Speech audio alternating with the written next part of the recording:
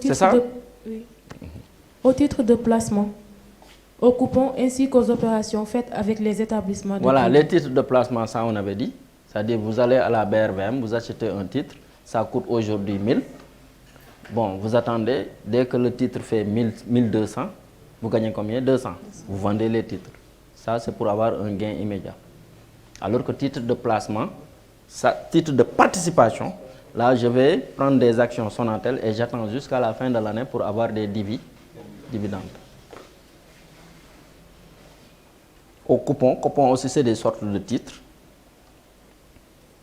Voilà, ainsi qu'aux opérations faites avec les établissements de crédit. Tout ce qui est facilité de 15, ainsi de suite, quoi, hein. Maintenant, ici, c'est trésorerie active, c'est tout ce qui est avoir. Ici, c'est trésorerie passif. Et l'exemple le plus patent, c'est ce que l'on appelle le découvert.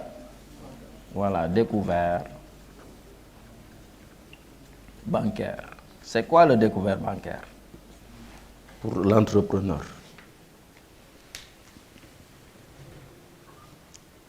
Il y en a qui n'ont pas de compte bancaire. Qui a un compte bancaire? Voilà. Vous avez assez parlé, lui. Il y a quelqu'un qui n'a... Quelqu'un, c'est une dame. Quelqu'un. Quand on dit quelqu'un, c'est une dame. Mais quand c'est plusieurs dames, on veut spécifier une dame, on dit quelqu'une parmi elles. Wow. Donc je dis quelqu'un. Il ne faut pas dire que le prof d'Ambenaya. Donc vous me donnez l'opportunité, ou bien vous m'autorisez à écouter en ce jour de Saint-Valentin, madame qui est au fond. C'est madame ou mademoiselle? Ah! Avec une belle voix comme ça. Donnez-lui le micro. Les autres là, hein? Elle est derrière, il ne faut pas tourner. Il faut écouter le... Oui. Ah. Non, moi j'écoute d'abord notre Valentine d'aujourd'hui. Allez-y, après je m'occupe de votre cas. Bonjour. Bon, j'ai ouvert un compte bancaire chez Cofina. Cofina, c'est une structure financière? Oui. C'est une banque, hein? Ou bien c'est une SFD? Il y a ce que l'on appelle les SFD là, les microfinances quoi. Oui. Ok, maintenant, est-ce qu'à Cofina, si vous avez 0 dans le compte, vous pouvez tirer de l'argent? Donc, je ne sais pas encore. Ils ne vous ont pas donné les conditions financières? Non, ça fait une année que j'ai ouvert le compte. Aha. Okay. Mais ce qui m'a marqué, le premier jour où j'ai ouvert, je faisais les procédures d'ouverture de compte, ils m'ont demandé, vous voulez un prêt? Oui, c'est bien. Donc ça m'a étonné. Et vous avez refusé? Bien sûr. Pourquoi? Donc ça veut dire que vous avez ouvert le compte, non pas en tant qu'entrepreneur, mais en tant que particulier? Non, c'est le compte de l'entreprise. Et ils vous ont proposé le prêt. Vous n'en avez pas besoin? Non. Voilà, donc c'est bon. C'est bon. Là aussi, c'est sage hein, de sa part. Il ne faut pas prendre un prêt pour prendre un prêt quand même. Parce que le prêt, dès que vous le prenez, première échéance, c'est douloureux. Alors, moi, j'ai vu des téméraires prendre des prêts, mais c'est difficile. Hein? C'est difficile. Et puis la banque, elle ne badine pas. Hein? C'est qu'avec les prêts, l'intérêt tourne autour de 25%. Ah, je vous l'avais dit. Je vous l'avais dit. C'est 24-25. Mais au début... C'est 2% par mois. 2% fois 12 mois, ça fait 24%. Mais il vous dit 8%. Mais en réalité, quand vous acceptez le prêt, donc vous vous rendez compte que ça va au-delà de cela. Donc ça veut dire que vous... Il y a vous... des assurances à payer, il y a pas mal de choses à payer. Donc ça veut dire que vous, au finish, vous avez besoin du prêt, mais vous n'êtes pas d'accord sur les conditions. C'est pourquoi vous avez refusé le prêt. Oui, bien Donc sûr. ça, dans le jargon financier, c'est ça qu'on appelle les 24 ou 25%, c'est le taux effectif global. C'est différent du taux d'intérêt fixé.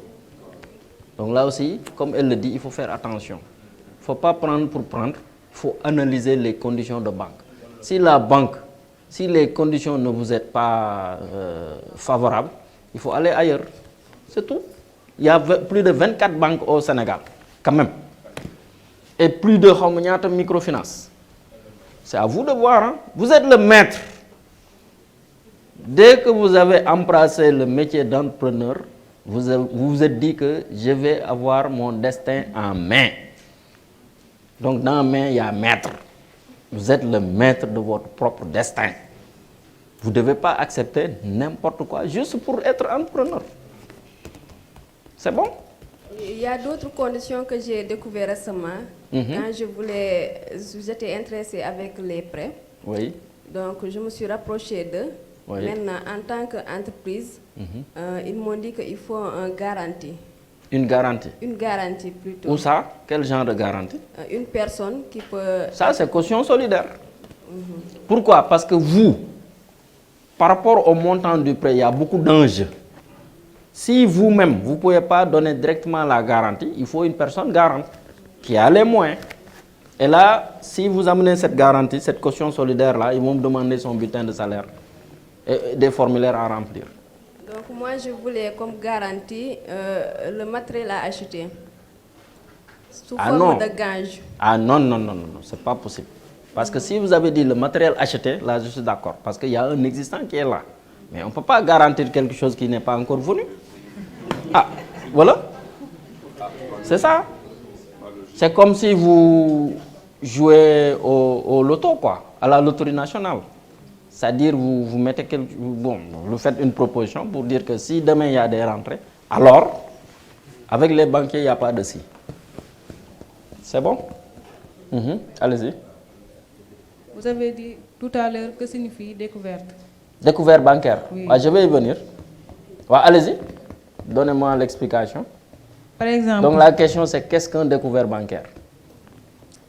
Par exemple, si vous êtes fonctionnaire, l'entreprise peut vous faire une avance. Il faut dire fonctionnaire comme vous, comme moi. Une avance ou en quelque sorte emprunt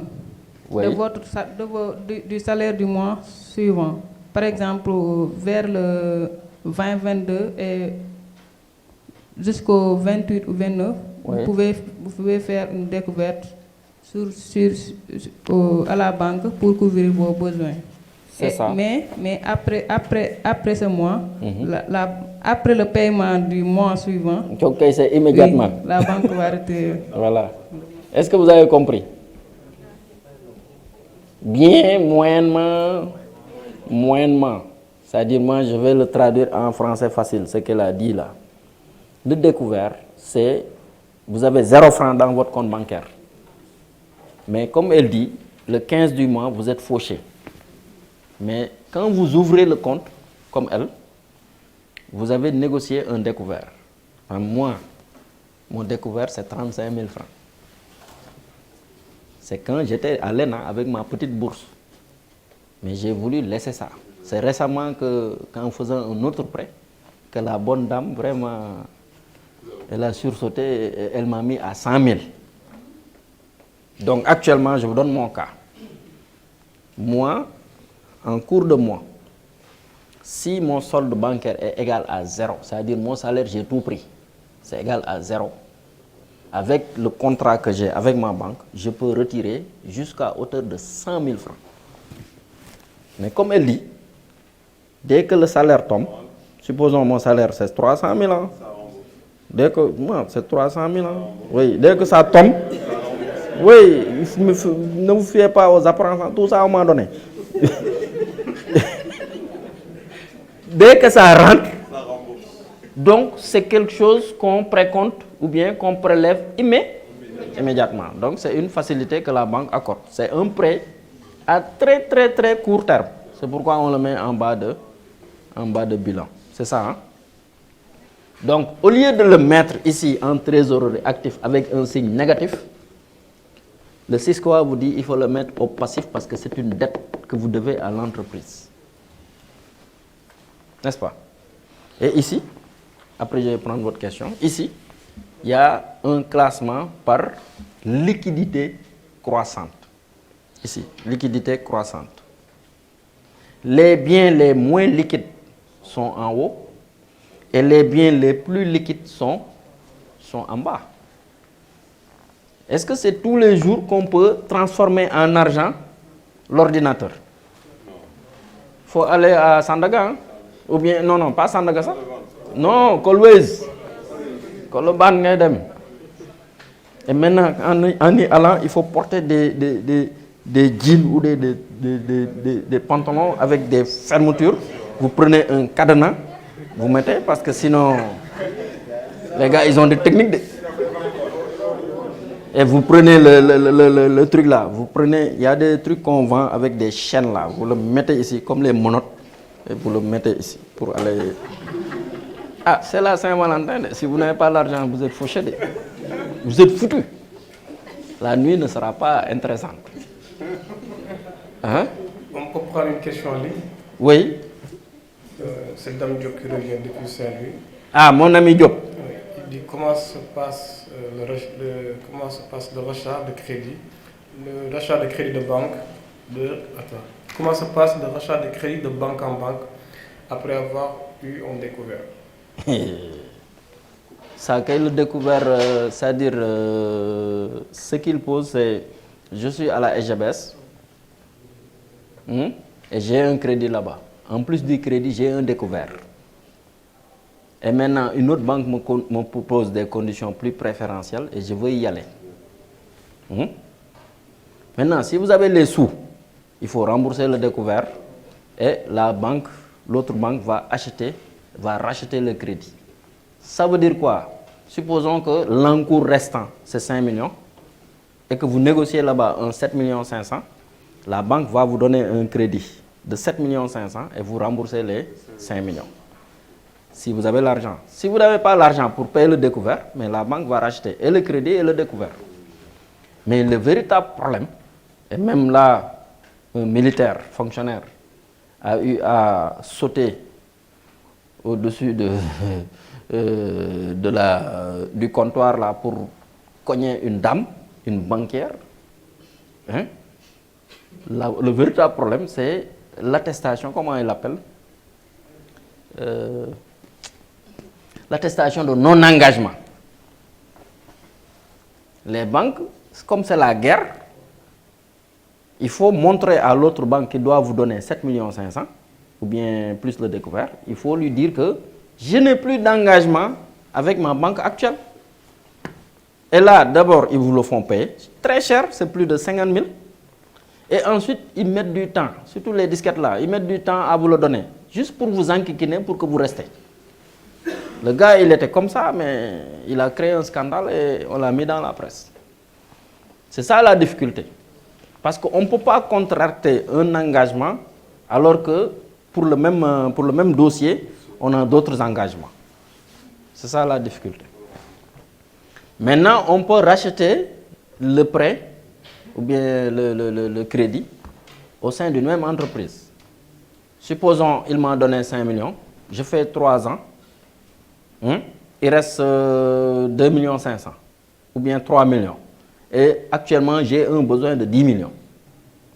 Vous allez contracter un prêt de 13 millions, vous payez l'encours et ils vont refaire un autre tableau, c'est ce qu'on appelle un tableau d'amortissement du prêt.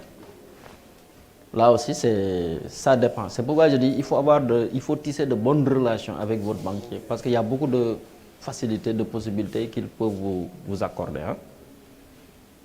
C'est bon, s'il n'y a pas d'autres questions, on progresse. Numéro 6, compte de charge. Voilà, donc ici, on a le total actif qui est égal au total passif. Et ici, c'est un classement par, ça il faut le prendre parce que je n'ai pas de place, c'est par liquidité croissante. Donc, comme je le disais, pour revenir aux biens les moins liquides, comme les ordinateurs, ce n'est pas tous les jours qu'on les vend, qu'on les transforme en argent. Alors que l'argent qui est au niveau de la caisse, ça, il faut juste aller prendre et truc. L'autre jour, j'ai donné dans une autre classe là, un exemple. Quelqu'un m'a dit, trésorerie, les wallets. Vous connaissez les wallets? La monnaie électronique, hein? Le portefeuille électronique. C'est ça qu'on appelle wallet. Orange Money. Mais vous prenez du cash que vous transformez en monnaie électronique. Maintenant, le cash là, il est plus liquide que ce qui est dans le wallet. Donc, vous allez à la boutique. Vous voulez acheter une marchandise. Vous prenez le cash, vous payez et en contrepartie, on vous donne. Mais si vous n'avez pas de liquide, vous lui dites que oui, moi j'ai de l'argent dans mon Orange Money. S'il a le dispositif, c'est bon. Mais s'il n'a pas le dispositif, qu'est-ce que vous faites? Vous allez à une boutique ou bien un point Orange, vous récupérez l'argent pour venir payer. Vous perdez du temps. Donc là, la caisse va être plus liquide, donc va être en bas et le wallet va être en haut. Et vous verrez que aussi le wallet est plus liquide que le chèque. Le chèque est plus liquide que le titre de placement. Parce que là, il faut aller chez quelqu'un qui vend les titres pour pouvoir transformer ça en argent. Oui, la créance, ils disent que les juristes, malheureusement notre juriste est parti, la créance est moins liquide que la trésorerie parce qu'ils disent que la dette, elle est quérable, elle n'est pas portable. Rare ici au Sénégal, on voit quelqu'un qui doit à quelqu'un d'autre et qui, à la fin du mois, se déplace pour lui dire « Je suis venu pour vous payer votre argent ». C'est très rare. Hein? D'habitude, il faut appeler au téléphone.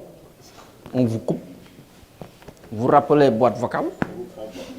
Vous vous déplacez, il vous voit entre les fenêtres là. Mais il dit au gosse là, je ne suis pas là. Dis-lui que je ne suis pas là. Et le gosse va lui dire, mon papa a dit que tu n'es pas là. Oui, allez-y. C'est bon.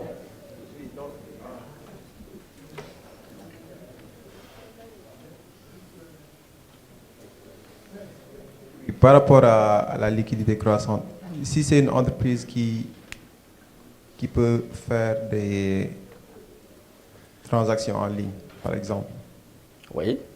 Dans ce cas, qu'est-ce qui est plus liquide? Orange Money ou bien la trésorerie? Ah, la trésorerie. Par exemple, il y a beaucoup de pays où on peut faire presque toutes les transactions maintenant sans cash. On ne touche plus au cash. Sans cash. Ouais. Donc dans ce cas-là, c'est-à-dire ou bien il y a des cas où, par exemple, vous voulez acheter quelque chose sur un site d'e-commerce et que vous avez du cash, mais que vous ne pouvez pas utiliser, que vous devez transformer que vous devez mettre dans votre wallet pour pouvoir. Mais c'est ça. Ouais. Ça veut dire quoi? Dans votre comptabilité, ce que vous avez dans la caisse, ça va sortir et vous le mettez dans le compte électronique. Est-ce vrai? Donc, dans le classement, vous allez avoir compte électronique, par exemple, supposons 560, et cash 570, 56, 57. Voilà, 571, 57, disons. Est-ce vrai? Et maintenant, les transactions que vous allez faire, vous allez sortir l'argent du compte électronique et acheter des biens ou des prestations. C'est bon?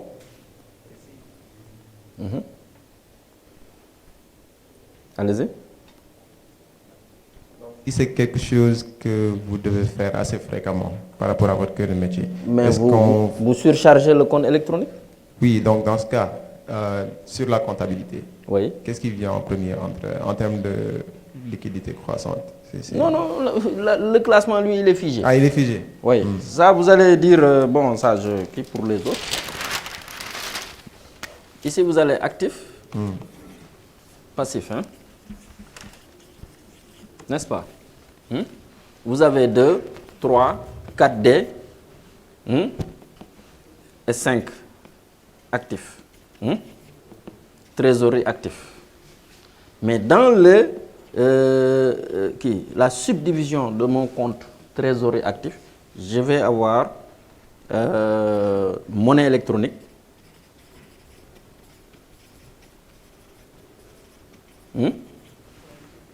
Est-ce vrai? Et monnaie. Monnaie quoi? Économiste. Monnaie. Voilà. Ça, c'est ésotérique. Cash. Ou espèce. Ça, c'est wallet. Donc, dans votre compte, d'abord, vous avez, supposons dans le cash, ici c'est plus, ici c'est moins. Hein.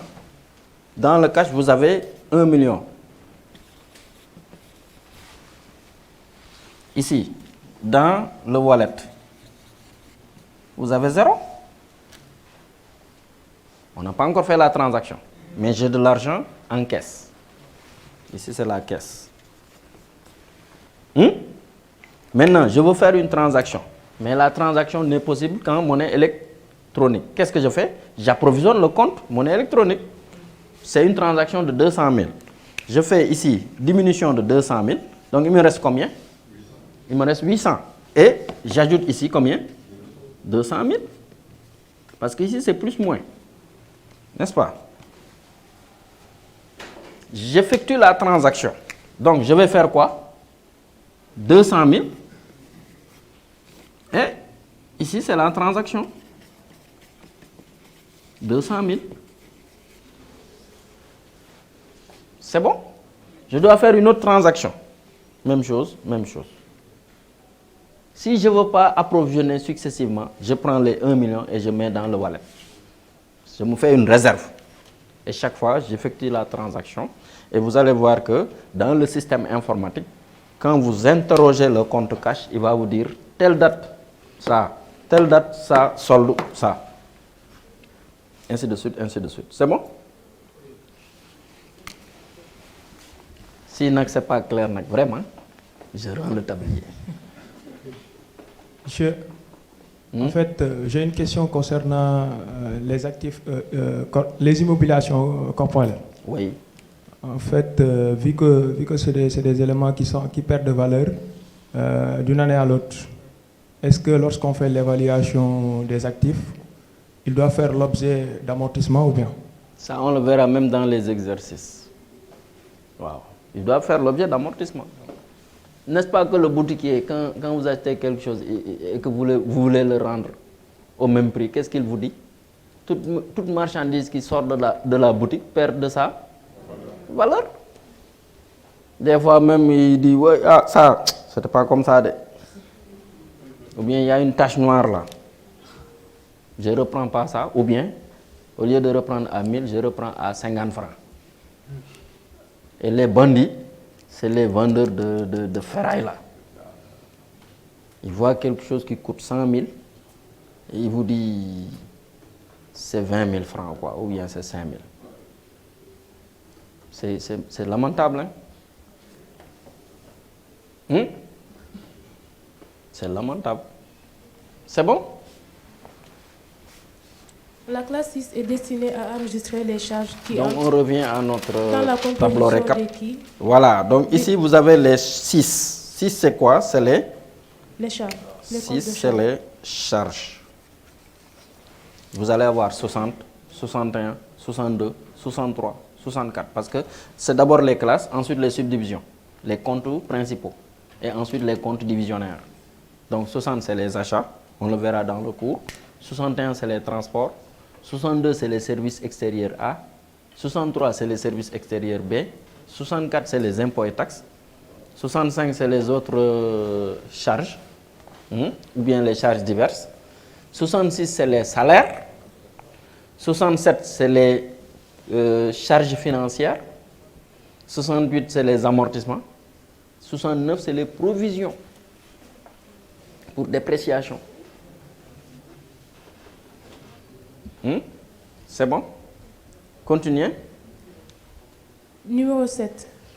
Compte de produits. Voilà. Et ici, j'ai en bleu mes produits.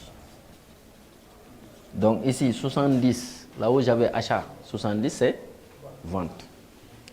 71 c'est subvention, parce qu'il y a certaines entreprises qui sont subventionnées. Donc subvention d'exploitation, subvention d'investissement ou subvention d'équilibre. 72 c'est production immobilisée. 73 c'est production stockée. On produit et on stocke. 74 au niveau de l'entreprise, je pense que ça n'existe pas. Parce que c'est impôts et taxes. L'entreprise ne crée pas des impôts et taxes. Donc 74 c'est libre. 75, c'est produits divers. 76, ça n'existe pas. Parce que l'entreprise ne produit pas des salariés, ils les utilisent, elle les utilise. 77, c'est produits financiers. 78, reprise d'amortissement et de provision. Reprise d'amortissement. Et 79, reprise de provision. Et vous verrez que il y aura les notions de charges décaissables et de charges non décaissables. Par exemple, le fait de constater une détérioration d'un bien, l'amortissement, c'est une charge non décaissable. Parce que la loi vous permet d'économiser un certain temps pour renouveler le matériel. C'est-à-dire, on diminue le résultat pour mettre de côté en réserve et à la fin, à la durée de vie, à la fin de la durée de vie probable du matériel, vous avez la possibilité de renouveler le matériel. C'est ça le principe de l'amortissement qu'on verra après. Ensuite, je continue pour le compte 7. Oui. Les comptes de la classe 7 enregistrent les produits qui résultent essentiellement de la vente de biens ou de services, ainsi que de la production de biens et services non encore vendus. C'est ça. Numéro 8. Voilà. Compte des autres charges et des autres produits. Ces comptes enregistrent les charges et les produits correspondant à des opérations qui ne se rapportent pas à l'activité ordinaire de l'entreprise. Certains experts préconisent leur suppression. Les comptes de la classe 8 pourraient être remplacés par des comptes des classes 6 et 8, notamment 65 autres charges et 75 autres produits. Voilà, parce que dans la première réforme du SISCOA non validée par l'OHADA, ils avaient supprimé ça.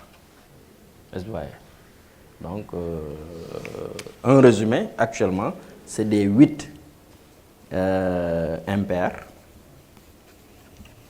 Les 8 impairs, c'est 81, 83, 85, 87 et 89.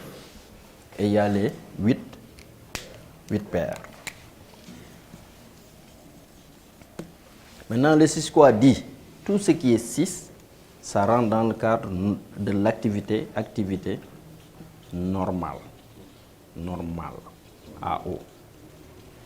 Tout ce qui est 8 impairs, c'est des charges hors activité, c'est hors activité normale. Ce qui fait qu'en fin d'année, vous allez calculer le résultat de l'activité normale et le résultat hors activité normale. Et le résultat global, c'est résultat AO plus RHAO. C'est bon? Donc ça, c'est activité ordinaire. Ça, c'est hors activité ordinaire. Par exemple, un préjudice exceptionnel. Une perte exceptionnelle du fait d'un sinistre. Par exemple, il y a l'inondation. Est-ce qu'on avait prévu qu'il y allait avoir inondation? Tous les frais liés à cette inondation-là, on va les mettre dans charge exceptionnelle. Voilà. Voilà. Si on vend un immeuble, même si c'est lié à l'activité, mais un immeuble, ce n'est pas tous les jours qu'on a l'habitude de le vendre. Donc, la loi dit, le fait de vendre un immeuble, moi je le considère comme une activité exceptionnelle. Il y a la valeur comptable des immobilisations cédées et le produit des cessions d'immobilisation. Tout ça, c'est des comptes 8 paires et 8 impairs. C'est bon? Et au finish, vous allez avoir...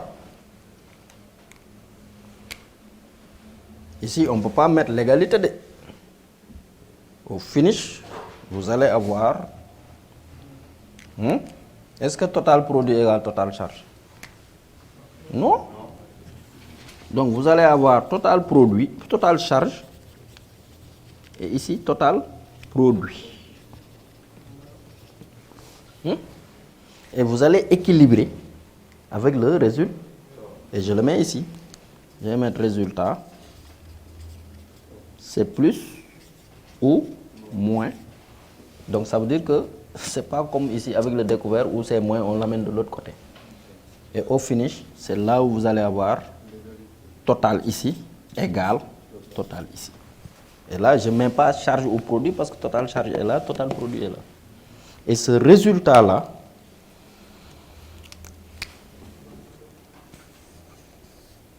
je le retrouve ici. Donc le tableau qui est en bas n'est rien d'autre que le détail du résultat qui est là. Et parmi ces capitaux, vous avez le capital, le résultat et l'emprunt. C'est ça les ressources durables. C'est bon? Ça, si vous le comprenez, vraiment tout le reste là, c'est de la répétition. Ce sera de la répétition. C'est ça le résumé de tout, de l'initiation à la compta. Donc après, il faut prendre des photos. D'autres, il faut détacher, enrouler et mettre dans le sac. Donc c'est ça. Hein? Donc ça veut dire que vous, si vous avez une activité en cours, vous devez être en mesure de classer vos opérations comme ça. Première chose, c'est d'identifier les opérations par nature. Et deuxième chose, c'est de les classer en éléments patrimoniaux et en éléments d'exploitation. Et ça veut dire que vous, à l'issue de ce cours, vous devez être en mesure, si vous ne teniez pas de comptabilité, d'établir votre bilan d'ouverture. Et dès qu'on a le bilan d'ouverture, il faut tenir les opérations, voir les modifications, et ça, on le verra dans les cours à venir. Donc, il y a des supports que je vais vous donner qui vont vous permettre de suivre l'évolution de votre patrimoine. Ce n'est pas compliqué. Monsieur, oui. Le résultat, là, c'est ce que vous appelez le excédent brut d'exploitation. Non. Ça, c'est trop compliqué. L'excédent brut d'exploitation, c'est une partie, c'est une dissécation du résultat. C'est-à-dire, vous avez le résultat global. Ça, c'est le résultat global. Après, vous allez le truc en marge brute, sur marchandise, marge brute sur matière, valeur ajoutée, excédent brut d'exploitation, résultat financier, résultat d'exploitation. Tout ça, mais on le verra. Il y a une maquette pour ça. Question en ligne? Oui, en ligne. Oui, dans le cloud. Oui. Il y a Abdoulaye Diakhaté qui est depuis Ziguinchor. Zig, notre ami de Zig. Il demande si vous pouvez revenir sur l'explication du compte de trésorerie. Le compte de trésorerie. Le compte de trésorerie, c'est le compte où on met le cash. Est-ce que vous voyez? Quand c'est du cash disponible sous forme d'avoir, ça c'est avoir en liquidité. Voilà, avoir en liquidité. Ici, c'est les dettes en liquidité. C'est ça le compte de trésorerie.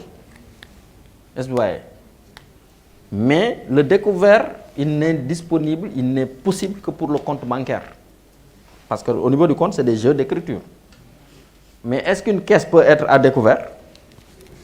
Est-ce qu'on peut puiser au-delà de 0 au niveau de la caisse? Ce n'est pas possible. Donc l'exception pour la trésorerie active, c'est juste pour les comptes script, la monnaie script. Monnaie?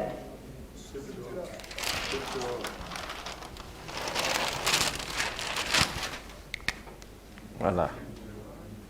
Monnaie.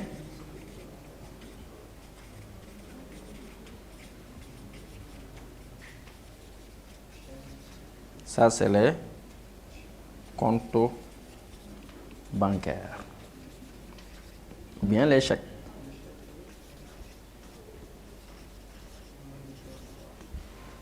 Au niveau de la monnaie énergie, il n'y a pas que le wallet, hein, il y a les cartes bancaires. Hein. C'est ça. Et donc, il y a les chèques, les virements. C'est bon? Script, c'est écrit. Fidus, fiducia, c'est cash. C'est bon? Donc c'est bon, hein? J'espère que mon ami de Ziguinchor est satisfait. Une deuxième question. S'il n'est pas satisfait de la réponse, il peut m'envoyer un mail. à Zal de Kolda. D'accord. Hier, j'ai reçu un mail d'une dame ou demoiselle. Mais bon, je lui ai répondu, mais j'attends son retour. Parce que le mail, c'est des échanges. Hein. Si moi, je vous dis quelque chose qui ne vous convainc pas, ben, il faut répondre. Hein. Moi, j'aime bien les mails. Parce qu'au téléphone, là, c'est difficile. C'est pourquoi je ne vous ai pas donné mon numéro. Déjà, on est surchargé. La plupart du temps, je ferme ça. Et puis, c'est pas sûr, quoi. Madame peut regarder et dire que oui. Une deuxième question. Oui. Mais le mail, c'est discret. Oui. Salut, fait qui revient depuis Koloban. Koloban B. Oui. Ah, quand mon exemple sur Koloban, je le retire. Oui. Oui. En fait, il disait au niveau du compte des charges, il dit est-ce qu'on mélange toutes les charges ou bien chaque type de charge avec son compte? Voilà, c'est ce qu'on verra juste après ici, avec le plan comptable. Parce que dans le plan comptable, ils ont classé par nature tout type de compte. Ici, on est juste au chapeau. C'est comme une arborescence. Hein? Donc, il y a le chapeau. Ensuite, c'est comme la hiérarchie, quoi. Dans la maison, là, les patrons, c'est qui? Le mari, d'abord. Hein? Voilà. Ça, c'est... On est Saint-Valentin. Hein? Arborescence. Donc, c'est l'agripreneur qui me truc. Donc, il y a le sommet ici. Le chef. Ensuite, il y a...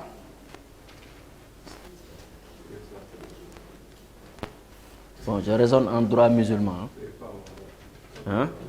Il y a adjoint 1, adjointe, adjoint 1, A2, A3, A4, A4. S'ils existent ou s'ils n'existent pas. Mais au moins, il y a au moins un qui est obligatoire. C'est ça. Ça, c'est facultatif. Et ensuite, il y a qui? Chaque adjoint a un ou plusieurs. Ça, je dis plusieurs ou un. N'est-ce pas? Hein? Donc, on prend le compte, il est là. On prend le compte, allez au niveau des charges. Allez au niveau des charges. Comme il a posé une question sur les charges. En bas, en bas. Allez, allez, allez. Oui, oui, oui. Descendez. Voilà. Donc, l'exemple le plus patent, c'est achat de marchands, achat de marchandises. Donc, vous avez le chef, c'est qui?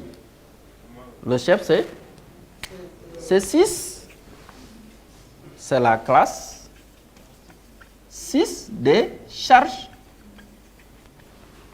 L'adjoint, c'est qui? C'est 0. Donc, c'est 60. C'est le compte principal. Achat. N'est-ce pas? C'est là où achat de fourniture de bureau ou autre achat, vous mettez dans le 605. Hein? Et ensuite, les qui là, on prend le premier là, le tau, le fils, ou bien la fille. C'est qui? C'est le compte 601 qu'on appelle achat de marchandises. Et ça, c'est ce qu'on appelle la subdivision du compte principal. Subdivision du compte principal. Et il en est ainsi pour tout ce qu'on a répertorié comme classe. Et à l'intérieur de 601, vous allez voir 601, 1, marchandises, marchandises UEMOA, marchandises hors UEMOA. N'est-ce pas? Même à caisse, vous avez 571 caisses. 1 caisse en monnaie locale ou bien caisse nama nyama nyama. Caisse en devise. Et dans caisse en monnaie locale, vous allez voir caisse, dépôt, dépôt agence principale, caisse, Kaolack. Par exemple, on prend l'exemple de Sénélec, caisse Dakar. Et dans caisse Dakar, vous allez voir agence Médina, agence Nangam. Ensuite, caisse Kaolack, agence quartier Bouna ou des trucs, bon, Kolda quoi, il y a Bouna Kan, il y a 6 kilos. Et tout ça, vous le codifiez de manière scientifique, de telle sorte que si vous voulez avoir le total de la caisse au niveau de Kolda, il suffit juste de regrouper tous les comptes 57 11 1 3. Donc il y a un travail de codification de votre activité à faire. Parce que ici, c'est un système structuré d'information financière. Nous, quand on met en place, quand je faisais du Kharmat dans le privé, il y avait le logiciel Sari. La première chose, pour faire une mise en place de comptabilité informatisée dans Sari, la première chose, c'est d'analyser l'activité. Wow. Et ça, à quelle fin? Aux fins de paramétrage. Parce que si le paramétrage n'est pas scientifique, fin, quand vous tirerez la balance, qui est un document de synthèse, un document d'information, le premier document d'information dans l'entreprise, sur le plan financier, comptable et financier, vous n'allez rien y comprendre. Parce que le paramétrage n'est pas fin, n'est pas adapté aux besoins d'information de l'entrepreneur ou bien du décideur. C'est bon? Bon, il y en a 3. Bon, pour ne pas comme qui, il y a mon ami là. Il y a le micro de gauche. Ou bien on lui prête le micro de droite. Oui. Vous pouvez retourner au niveau du bilan, s'il vous plaît. Volontiers. Parce que c'est ça mon job.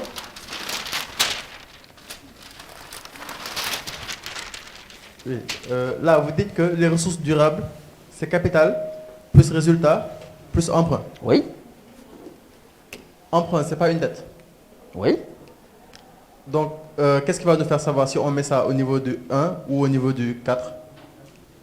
Parce que voilà, emprunt, c'est dette à long terme. Alors que 4, dette fournisseur, c'est dette à court terme. Et là, j'ai oublié de vous dire, ça c'est classé par exigibilité croissante. Liquidité croissante, flèche ici, flèche en bas. Exigibilité. Est-ce que c'est tous les jours qu'on transforme, qu'on demande, que les actionnaires vont demander à être remboursés au niveau du capital? Est-ce que c'est tous les jours? Est-ce que c'est tous les jours que vous distribuez le résultat? Est-ce que quand on prend un emprunt, on le paye immédiatement, globalement? Donc vous allez voir. Mais le fournisseur, il faut le payer avant les 30 jours. Et vous verrez que, bon, ça on n'aura pas l'occasion, mais si les curieux peuvent lire le livre, il y a des fournisseurs à terme où c'est à 30 jours, d'autres 15 jours, d'autres 90 jours. Et vous verrez rarement un fournisseur faire des transactions à 1 an. C'est très rare. Le fournisseur, il vous livre, mais dans l'immédiat ou bien dans le court terme, il faut le payer. Donc là, c'est plus exigible que le capital. Ainsi de suite, ainsi de suite. Le découvert bancaire, lui, il est exigible immédiatement. Parce qu'il est précompté dès que le salaire tombe. C'est pourquoi il est au bas de l'échelle. C'est bon? Finalement, vous commencez à être expert. Hein?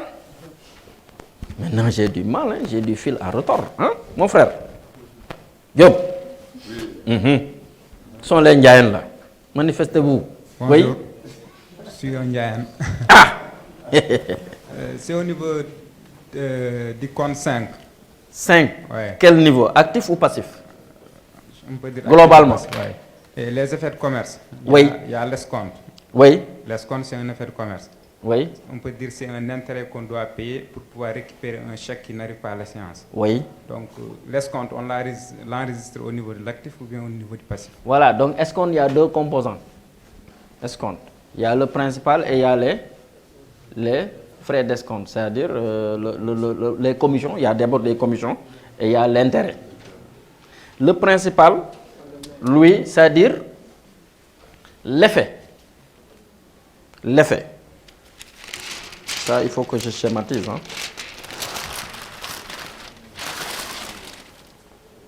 J'ai fait une transaction avec vous.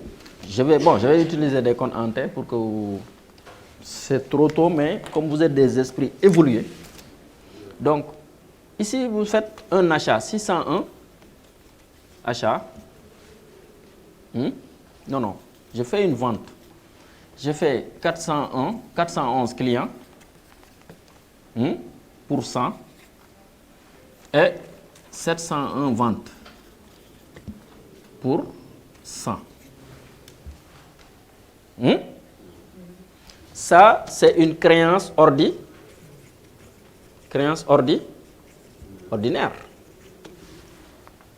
Avec à crédit à échéance 3 mois. N'est-ce pas? Je ne peux pas attendre 3 mois. Mais je passe par un mécanisme. Je mobilise la créance. Donc, le phénomène de mobilisation de la créance, ça, mobilisation, c'est des valeurs mobilières qu'on peut transférer de propriété à propriété. Mobilisation, créance, par effet de commerce. Malheureusement, le bleu là n'est pas...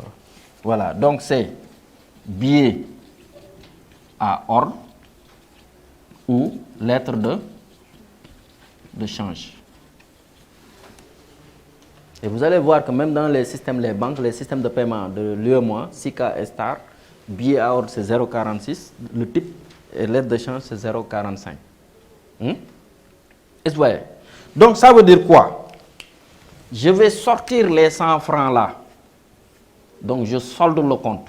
Je vais sortir les 100 francs d'ici, de la créance ordinaire, et je les loge dans un 412.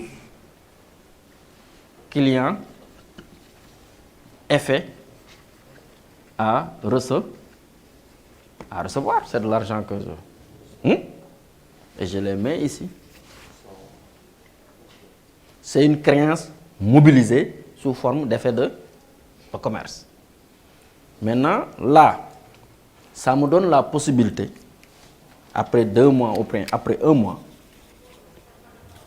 ou 2 mois avant l'échéance, escompte de l'effet auprès de ma banque. Donc, je le transforme en liquidité. Mais est-ce que je l'aurai? Donc, condition brute. 100. Commission. Moins. Commission, moins 5. Et escompte, c'est ce qu'on appelle le taux d'escompte. Escompte, moins 10, parce qu'ils sont méchants. Et net. Net égale combien? Net égale 85.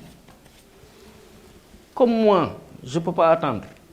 C'est comme quand on fait la queue. Vous êtes dernier et vous voulez venir devant. Mais les gens vont râler. Voilà. Donc ça, vous allez râler.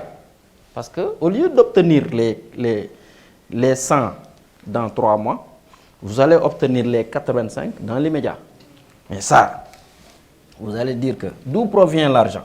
L'argent provient du 412, de l'effet de commerce. Pour combien? 100. Mais ça, supposons je l'encaisse par compte bancaire. Je vais mettre 521 en banque. Pour combien? Pour le net.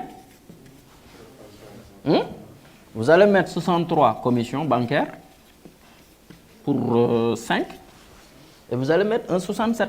Parce que l'escompte, c'est un frais financier. Et 7, dès que vous voyez 7, c'est charge financière. Et vous allez le mettre pour 10.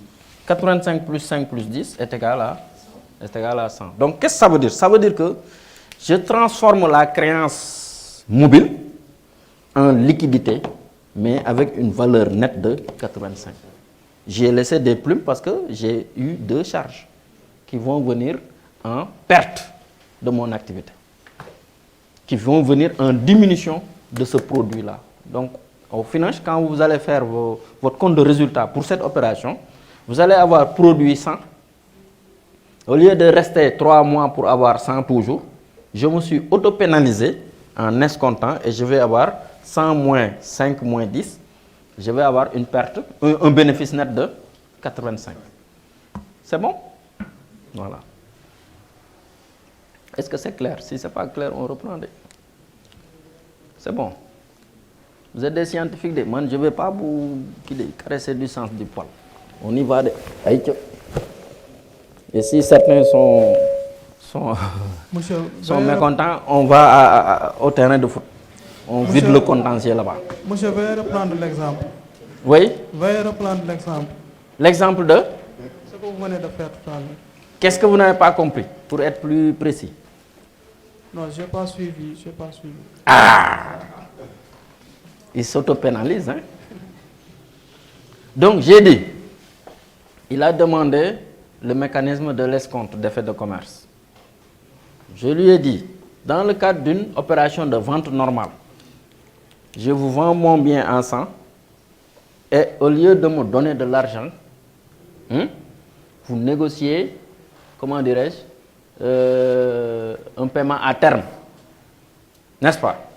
Donc vous me devez 100, mais vous devez le payer dans 3 mois. Moi, dans le cadre de ma gestion de trésorerie, j'ai la possibilité de ne pas attendre jusqu'à 3 mois, jusqu'à l'échéance. Pour ça, je passe d'abord par un mécanisme qu'on appelle transformation de la créance ordinaire en créance mobilisable sous forme d'effet de commerce. Est-ce vrai? Et ça me permet, avant l'échéance, de négocier l'effet auprès de ma banque. Mais là où, moi, parce que dans notre clause contractuelle, dans notre contrat, c'est 100 que vous devez me payer. Mais moi qui ne sais pas attendre, qui suis pressé, moi je vais subir les pénalités au niveau de la banque. Donc ça ne vous intéresse plus. Là où maintenant vous me devez, maintenant je transfère la propriété de ma créance à la banque, mais moyennant un frais. Ce frais-là, c'est 5 de commission et 10 d'escompte. Ce qui fait que moi, dans l'immédiat, j'empoche 85. Maintenant, à l'échéance, la banque va attendre jusqu'aux 3 mois et encaisser les 100. Donc la banque a déboursé 15. La banque a déboursé 85 et encaisse 100. La banque va gagner 15, moi je perds 15 pour ne pas avoir attendu. C'est clair maintenant? Voilà. Pour prendre une question en ligne. Maintenant, le mécanisme là, soit c'est par billet à or ou par lettre de change. Donc si vous voulez approfondir, regardez la fin du livre, tome 1. Paiement par effet de commerce. Hein? Oui? Question en ligne posée par M. Sow Bourama, depuis Mbao. Depuis? Face Mbao. Face Mbao, wow. Voilà. Donc là, bon, la question n'est pas tellement claire. Bon, lisez quand même. On va essayer de répondre. Notre ami qui lit là, c'est quoi votre nom? Constance. Elle est Constantin. Là, vous êtes fatigué, hein? Asseyez-vous. Bon, on va prendre la question. Moi, je suis Diongué, hein? C'est pas une offre publique d'achat, hein? Ou de vente. On prend la question de M. Ndao. Au moins, moi, j'ai le... Si ça ne se casse pas, hein? Oui. Oui, il dit, quels sont les principes du crédit documentaire? Est-ce qu'on peut bénéficier pour les projets? Ça, c'est compliqué. Parce que le crédit documentaire, c'est une forme c'est un mécanisme pour faire des transactions financières avec, voilà, dans le cadre des importations. Donc c'est en relation avec la banque et le crédit documentaire n'est rien d'autre qu'un fonds de dossier qui vient appuyer la transaction. Est-ce vrai? Maintenant, dans le cadre, si j'ai bien compris, hein, si je n'ai pas oublié, là, il peut faire une recherche dans Google et il y aura l'explication plus précise suite à mon intervention. Là, la banque, sur la base du crédit documentaire, la banque, c'est une opération d'importation. Supposons que vous devez importer de la marchandise. La banque sait que vous êtes crédible, mais vous n'avez pas encore d'argent. Mais sur la base des documents fournis par le fournisseur étranger, la banque va vous faire un crédit documentaire. N'est-ce pas? C'est juste pour financer cette campagne ou bien cette opération spécifique, cette transaction spécifique d'importation. Est-ce vrai? Et dès que la banque va payer. La banque paye pour votre compte et ensuite s'ajuste sur vous. Je pense que c'est ça le crédit doc. Mais bon, je peux approfondir et truc. Sinon, si ce n'est pas satisfaisant, faites-moi un mail. Je vous renseigne davantage. Ce que vous venez de dire, c'est ça. Voilà, ils l'appellent dans leur jargon crédoc. Oui, c'est crédoc. Voilà, crédoc. Lorsqu'il s'agit d'une importation de marchandises, si vous n'avez pas... voilà, lui, il est transitaire. Voilà, il vient à la rescousse. L'argent disponible. Par exemple, nous, c'est dans le cadre du BICIS, parce qu'on nous a dit de parler. Le BICIS. Oui. On paye, par exemple... BICIS, c'est quoi? C'est une banque. Hein. Ah, BICIS. Oui. Banque... ouais, ok. Bon, voilà. Banque française, hein, je précise. Par exemple, si vous amenez le connaissement, par exemple... Voilà, il y a le connaissement maritime. Oui, oui. Si vous donnez le connaissement... C'est quoi le connaissement pour les autres là qui ne comprennent pas? Ils ne connaissent pas le connaissement. C'est un titre qui répertorie toutes les marchandises que vous achetez. C'est ça. Voilà, que vous importez, quoi, en fait. Okay. Voilà. Après, c'est cette banque-là qui vous paye ça. Après cela, il y a des intérêts aussi. C'est ça. Il y aura des intérêts qui seront défalqués de votre argent que vous allez payer. C'est ça. Le durée, c'est de 15 jours hein, que vous devez payer. Oui. Okay. C'est comme pour comment dirais-je, les 15 jours pour les créditeurs en douane. Là. Je pense qu'ils l'ont calé sur ça. C'est ça. C'est bon? Donc, c'est la même chose que pour nos agripreneurs, là, les crédits de campagne. Ici, le crédoc, c'est une opération spécifique en matière d'importation de biens. Mais quand on a une campagne agricole à faire financer sur 3 mois ou 4 mois, par exemple en période hivernale, vous allez à la banque, vous négociez un crédit de campagne pour la campagne agricole. Et dès que vous avez les fonds, là, il faut payer. Merci. Hein? Là, au moins, j'ai un allié pour la bataille avec les esprits évolués que vous êtes. Ouais. La bataille est inéquitable. Hein? Je dis aussi, pour le cas du crédoc, la plupart, les opérations s'effectuent entre deux banques qui sont dans des pays différents. C'est ça. La banque du fournisseur et la banque du client qui prête. C'est eux qui traitent les opérations. Maintenant, le client qui est là, lui, il doit juste subir les prêts que la banque, les intérêts que la banque va lui soumettre. De l'autre côté aussi, c'est la banque du fournisseur qui va gérer. Gérer, c'est ça. Oui. C'est même en matière, c'est la même chose en matière de virement. C'est-à-dire vous êtes client et votre banque c'est SGBS. Le fournisseur, sa banque c'est BICIS, comme il dit. Vous allez donner à votre banque, SGBS, de payer votre fournisseur à la BICIS. Donc vous donnez juste un ordre. Hein. Et comme il dit, tout est exécuté. Ça c'est en interne. Maintenant quand c'est en externe, c'est là où interviennent les crédos. C'est bon? Est-ce que c'est clair? On continue. Donc il nous reste combien de temps? 12 minutes. Hein? On termine à 20. Et maintenant, subdivision des comptes, ça, on peut sauter, hein, vraiment. On a tout vu. Bon, ça, il faut le dire aussi. Il ne faut pas me laisser le job seul. Après, il dit, on regarde les commentaires, remontez un peu. Les comptes prévus par atteignent au plus 4 chiffres. Toutefois, les entreprises, allez-y. Non, classe 9, c'est pour la comptabilité analytique.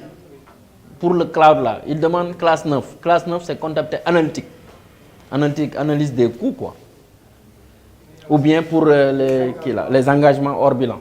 Engagement hors bilan, ce n'est rien d'autre que, bon, il y a une transaction qui est là, et vous avez fait un engagement. Vous avez engagé, sans débourser de l'argent, l'entreprise. Ça, on le met juste en information significative dans les états financiers. Engagement accordé et engagement reçu. C'est bon? Donc, les comptes prévus par le SISCOA?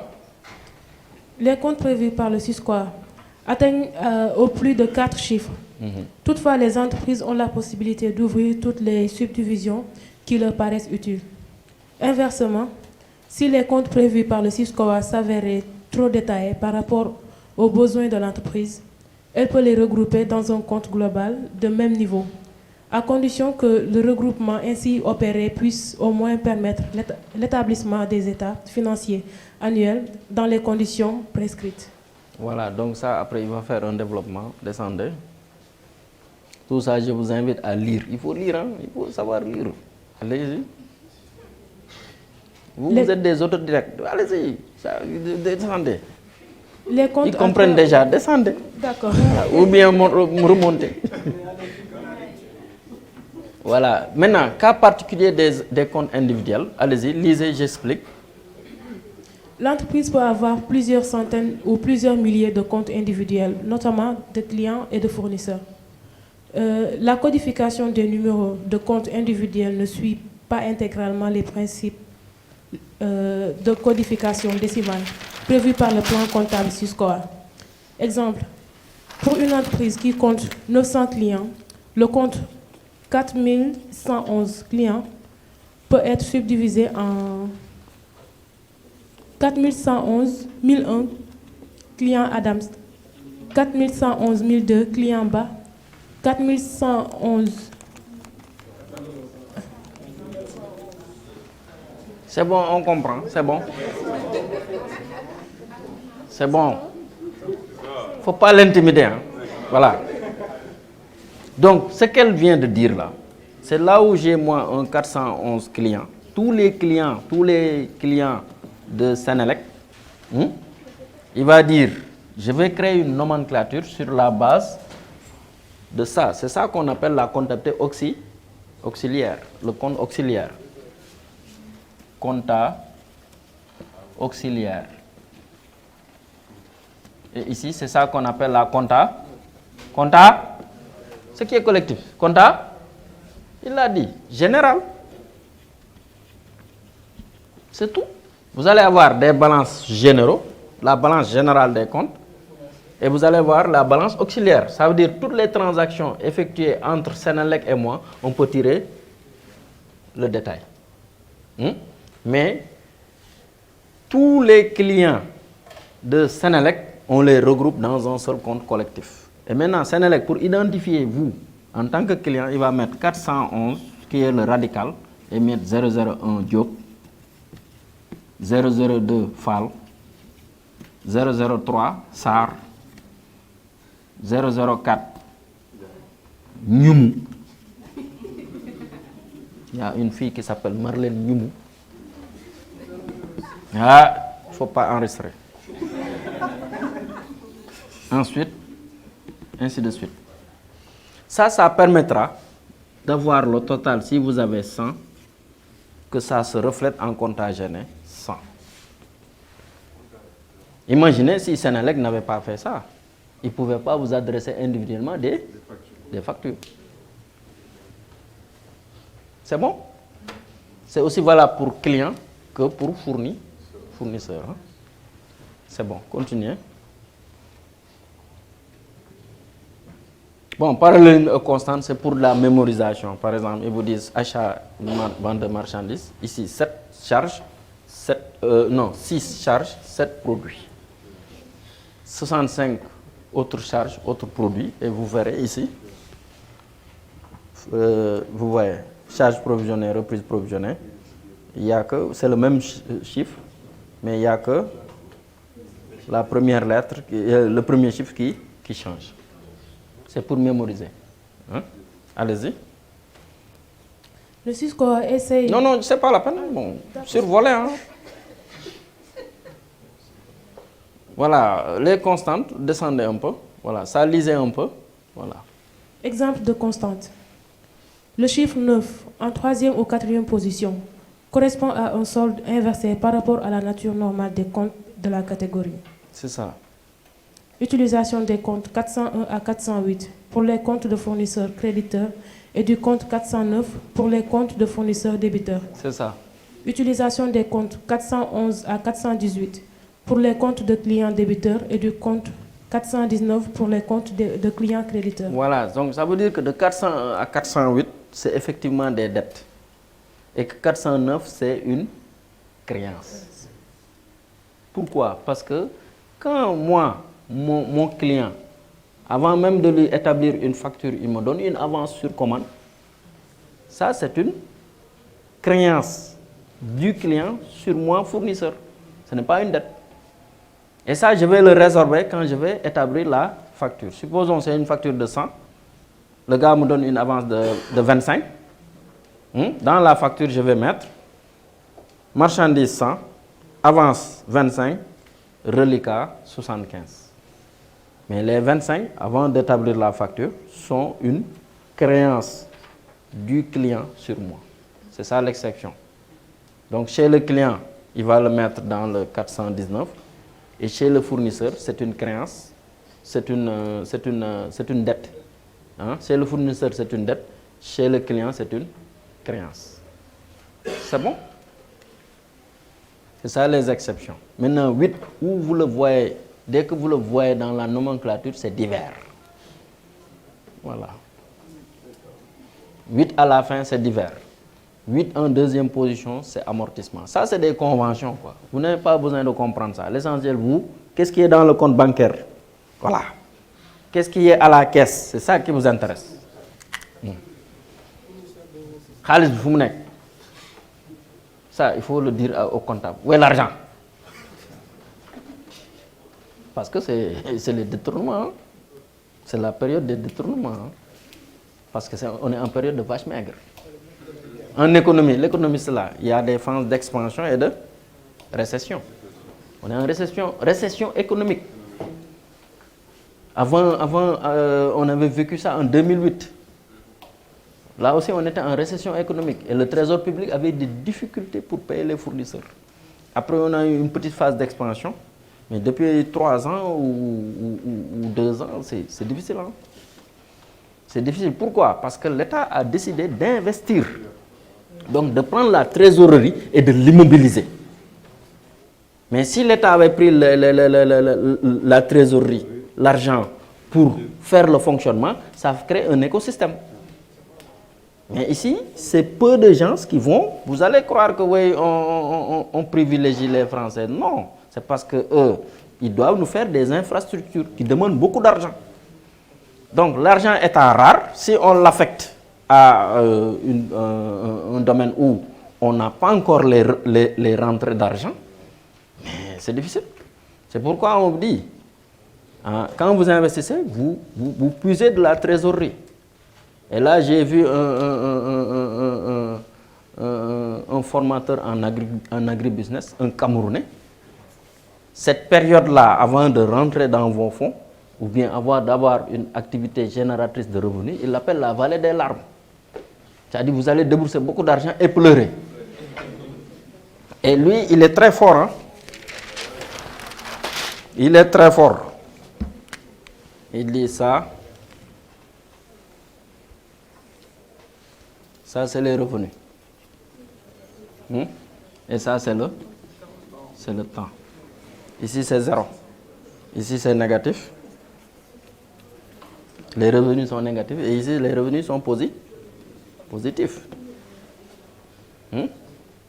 La différence entre les décaissements et les encaissements, ici, vous êtes à là. Vous commencez là, vous êtes au point mort, c'est ça qu'on appelle le point mort. Où les dépenses sont égales aux recettes. Ensuite, vous avez une montée en puissance, une phase de stabilisation. Vous êtes, c'est ça qu'on appelle la vitesse de croisière. C'est comme les véhicules de croisière. Premier, bon, d'habitude, échauffement, vous allumez, échauffement, vous mettez en condition le moteur, vous ouvrez le garage et vous démarrez. Avec combien? Premier. Premier dans le quartier, si vous allez à 4, des gosses traversent. Premier, ensuite, deuxième, troisième, quatrième, cinquième, des fois même 6. Maintenant 6, on est sur l'autoroute à péage. Il n'y a pas d'obstacle. On fonce. On fonce, on fonce, on fonce. Ensuite, on rétrograde parce qu'on est proche de la destination ou de la mort. Et ça, cette période-là, il l'appelle la vallée des larmes.